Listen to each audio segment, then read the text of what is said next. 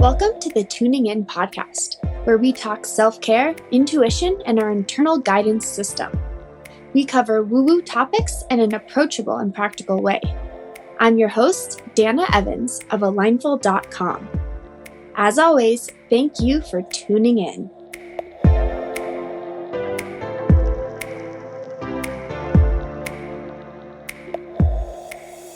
Welcome back to Tuning In. This week, I talk a little bit about self-care and how even though it's something that I am constantly advocating others to do and teaching and practicing, I even lose track of my own self-care. And I talk through a little bit how my process goes when I'm trying to get back into the practice once I notice that I've fallen out of it. And in particular, how to catch yourself and notice if you've fallen out of your own self-care practice. So without further ado, here's this week's episode.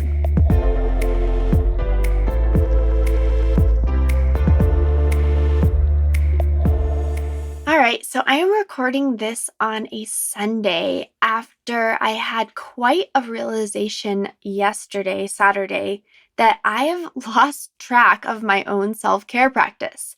And if you know me, and we talk about this on the podcast and in my newsletters and everything, I am a huge advocate for self-care. In fact, one of the things that I like to say is I teach you to make self-care a lifestyle and not a to-do list item, so that you can actually take care of yourself on a regular basis without feeling that it's taking up your precious time. All of us, we can fall into the practice of not caring for ourselves. And that's where I found myself yesterday. I had this realization that I had been sending a lot of my energy outward. Some of you may be able to resonate with that feeling of you're giving, offering, and concerning yourself with other people. All wonderful things. And of course, for me in particular, during this time, there was a reason for it. However, what I noticed is along the way, I stopped paying attention to myself. And we need to be able to identify and notice when we are in that place of not taking care of ourselves and not prioritizing or paying attention to what our body's saying, what our body's asking for, and what we need in the moment. So let's start with how you get to this place of lack of self-care. It happens by little, you start putting others' needs before yours. I've noticed that bit by bit, I'm giving more and more of myself, and on the flip side, not opening up. So what you may notice is it's fine to give to others, of course, and it's so generous of you. But if you then don't ask as well, then it becomes a really imbalanced relationship where you're giving, you're being present, you're coaching, you're helping, whatever it is, and then you're not on the flip side asking for help, asking for advice, sharing your feelings, sharing what you want and need. Sometimes you feel like, okay, well, this person needs more things and my question or my problem is silly. I don't want to bother them with that. You can't judge your own experiences, your own problems, your places that you need help because it's not as worthy as someone else's. That's not how it works. That's a quick way to start to feel really disconnected from yourself and others, is by not honoring how you feel and asking for help, especially while you're helping others. The second way that you might notice this is happening is you're feeling really distracted. So for me, I was spending a little too much time scrolling through Instagram, watching TV shows, checking my email, checking Facebook, checking text messages, and I was in a loop of distraction. And because of that, I didn't give myself time and space to be. This is really important. If we're constantly filling our time and our attention with these short-term distractions, such as social media, we start to get lost in that little minute detail. And it does not give you opportunity or space to reflect on your own situation, right? Because social media, as a rule, it's about other people. So you get really lost in other people's stories and maybe even caught up in their stories, and you don't pay attention to your own. So what I had noticed is I had been doing so much of that I just didn't know even how I felt about things in the moment. I was feeling overwhelmed and lost and a little confused and stuck. It wasn't because those were true necessarily. It's because I hadn't given myself any time or space to reflect on what's going on in my life right now and process. We need to process. We need space, literal space and time without distraction to be with ourselves. So another thing that you might notice that goes hand in hand with the distraction is you aren't spending much time alone. You're filling your time with obligations, commitments, filler things that only act as a further distraction to you sitting with yourself. That's what I was experiencing. I hadn't been meditating. I hadn't been taking baths, which is a really nice quiet time for me. I hadn't even been doing a lot of reading, the kind of reading that I enjoy, or even going to yoga. All of these things are things that I do by myself and allow me to process internally what's going on. So if you find yourself in this situation, look back and say, oh, am I avoiding spending time alone? It's easy to avoid that. Yeah, guess what? It can feel a little scary to be alone with your thoughts. But the more you do it, the more you realize it's not scary at all. It's so fulfilling and necessary for our own well-being. Because if you're not willing to be alone with yourself, reflect on your thoughts, reflect on where you are in life right now, then you won't be able to show up for yourself. And if you can't show up for yourself, you'll deflect and start only showing up for others. And that's where we get the imbalance that I started this episode with. When you're only showing up for others and detaching from yourself, you will start to feel more disconnected, more frustrated, more tired. You won't feel like you have the same amount of energy. And I tell you, that is because, as the saying goes, you are pouring from an empty cup. The most important way to fill your cup is time with yourself. And that is how I define self-care. It's checking in with yourself, listening to your body, sitting in stillness, sitting in quiet, and asking yourselves productive questions to help understand your current situation, where you are in life. How am I feeling in this moment? What's coming up for me? Do I have any resistance to anything that's happening in my life right now? If so, what's causing that resistance? How can I look at it a different way? All of these questions are what are going to help you be more connected to yourself. And when you're connected to yourself in that way, you start to understand what you need from moment to moment. So while you may have a bunch of plans and it's all fun and engaging, you might realize by stepping away and connecting and asking these questions to yourself, you might realize, oh, I need downtime.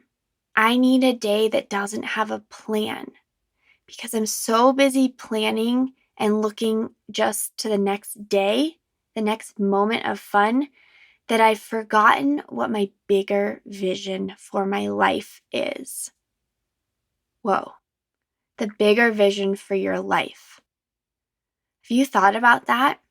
We get really caught up in living day to day. It's interesting because I'm a huge proponent, and boy, do I try to practice being in the moment, living in the moment, not projecting ahead in fear and worry and doubt and judgment and criticism. Yet, I have a vision for how I am interested in my life unfolding. So I have business goals. This podcast was one of them. I have goals in programming and how I want to serve others and how I want to get in different educational systems and work with kids to teach this content to them. I have financial goals. I have car goals, okay? I want a Tesla. And I have a lot of bigger picture goals that I want to manifest in my life. And if I'm only focused on the next task on my to-do list without stepping back and looking at the bigger picture, then how do I know that I'm going where I want to go? That's how I end up on a path of life kind of knocks you around and you're like a tumbleweed just reacting from situation to situation, and then you're frustrated because you don't have what you want. But how can you have what you want, attract what you want, what you desire, if you never ask yourself what that is? And asking yourself what that is what you do in those times of quiet, those alone times where it's just you. Maybe you're in the bathtub. Maybe you're sitting on a park bench. Maybe you're just lying in bed, feeling and sensing into your body. Those are the times that you can look at the bigger picture. How are you feeling now in relationship to what you're creating? So what I had noticed is, so let's take this back a little bit, less about big life picture and more really specific. I am launching a self-care membership program this fall. Yet, all I was doing were the little tiny to-do items that were never ending. And I felt overwhelmed and stressed and lost and like, how can I possibly get this ready in time? It wasn't honestly until yesterday that I stepped back and realized, oh, I'm too focused on the minute detail. I need to step back and look at the bigger picture. When I stepped back, I saw the clarity. How many people do I want to be able to serve in this group?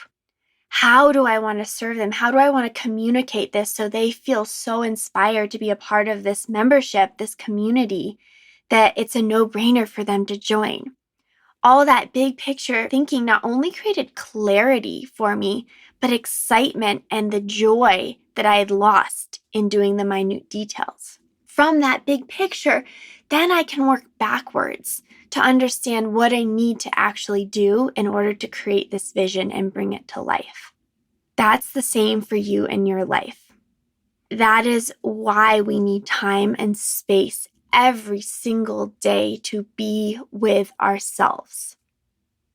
So I'm going to ask you, I'm hoping this is a time you can do this. I'm going to ask you a few questions and pause in between each one. And I want you to listen or feel for the answer. Notice that the answer may come kind of from an inner voice within you that says something, pops up immediately. Or the answer might come in a sense of resistance, like, oh, I don't know. If you hear, I don't know, ask yourself, but what if I did? Notice the answer might come in a sensation in your body, a tingle or heating up in a certain area. So each of these questions are ones that you can ask yourself throughout the day in your 5 minutes of quiet time. 5 minutes without your phone, without a book, without a person, without a distraction, without checking your email or fretting about what is next in life.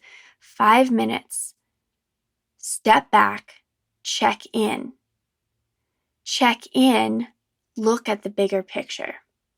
That's the process. That's self-care, my friends. That is truly caring enough about yourself to ask the questions that serve you, that will take you where you want to go in life and open you up to what is next for you.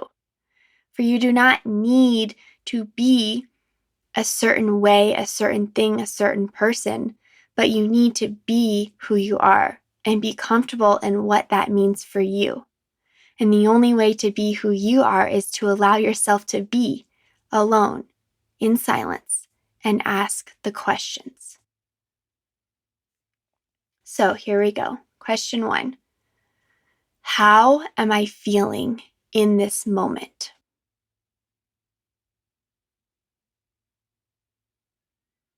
Question 2.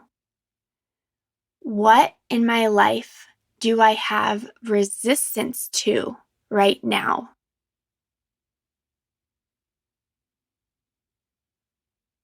Question 3. Am I okay?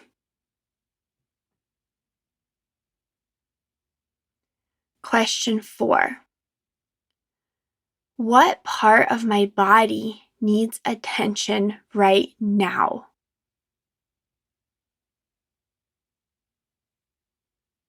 Question 5. Where can I offer myself more compassion?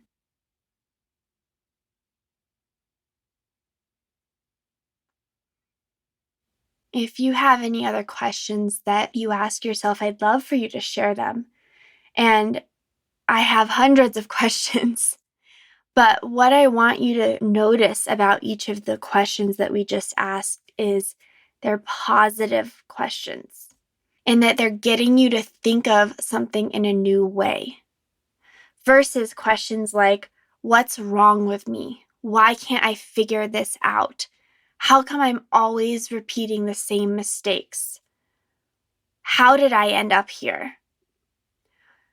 Those questions are going to give you an answer for what you've asked. What's wrong with me?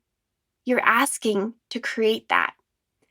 Versus, where can I give myself more compassion? We're hard on ourselves. We really, really are. We have this internal conversation and these questions that we ask that really, they're not moving us forward in life. And they're keeping us quite stuck where we are. Which is why, once again, I ask and offer that you take this time to yourself each day and notice what's coming up, right? So you can sit in quiet. It might be in the car before you pick your kid up from school, right? It might be before bed, before your spouse or your pet joins you in bed, or before you open your book. Just sit and notice and ask. Doesn't have to be more than a few minutes, but you may find that the more you do this, the more you want to go inward because you know the answers are there. And that when you spend time going inward, you can then project that energy, that high vibration, that joy of who you truly are outward into the world. You can show up and serve for others so much more when you take the time to show up for yourself first. Friends, that is today's episode. I hope it resonated with you. I tend to think that if I'm going through something, I'm not alone. And so I like to share based on my own experience in the moment in hopes that it's something that you too will resonate with and that will serve you on your path. Don't forget to subscribe and review this podcast and share it with anyone who you think it may resonate with, because my goal here is truly to serve and to connect with more of you lovely, wonderful humans in this world.